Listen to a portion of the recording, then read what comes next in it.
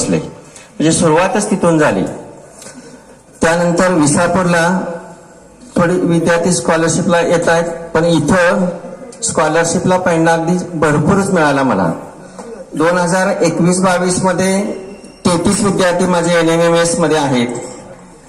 यावर्षी 2022-23 मध्ये एकूण 59 विद्यार्थी बसलेले आहेत परीक्षेला.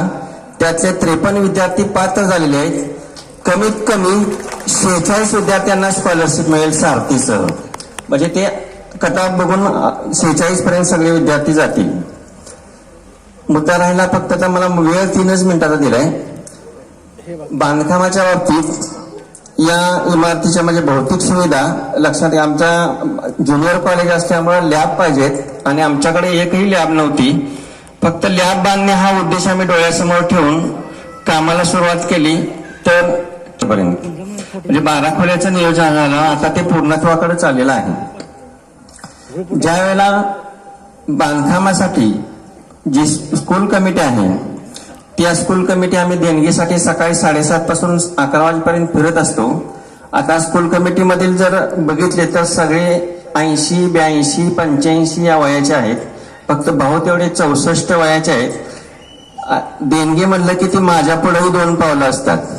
म्हणजे आम्ही नेहमी 7:30ला सुरुवात करतो, 11 वाजेपर्यंत देणगी गोळा करायची आणि तिथून पुढं हे अकॅडमिक काम पाहायचं. परत इकडं काय कमी आहे काय जास्त आहे तेही बघावं लागायचं.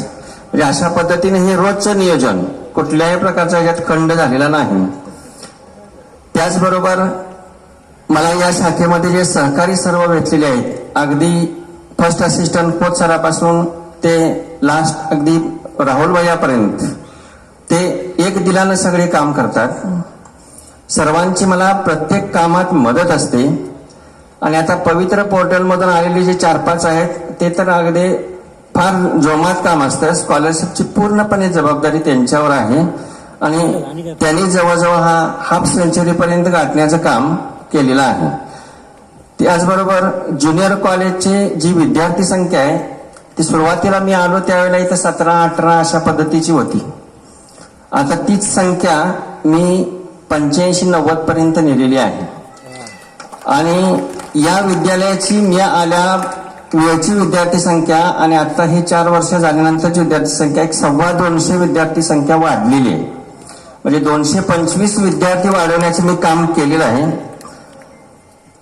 त्याचबरोबर मला ज्या काही ज्ञात अज्ञात व्यक्तीकडून मार्गदर्शन मिळालं असेल त्या सर्वांचा मी ऋणी आहे. भावांनी सांगितल्या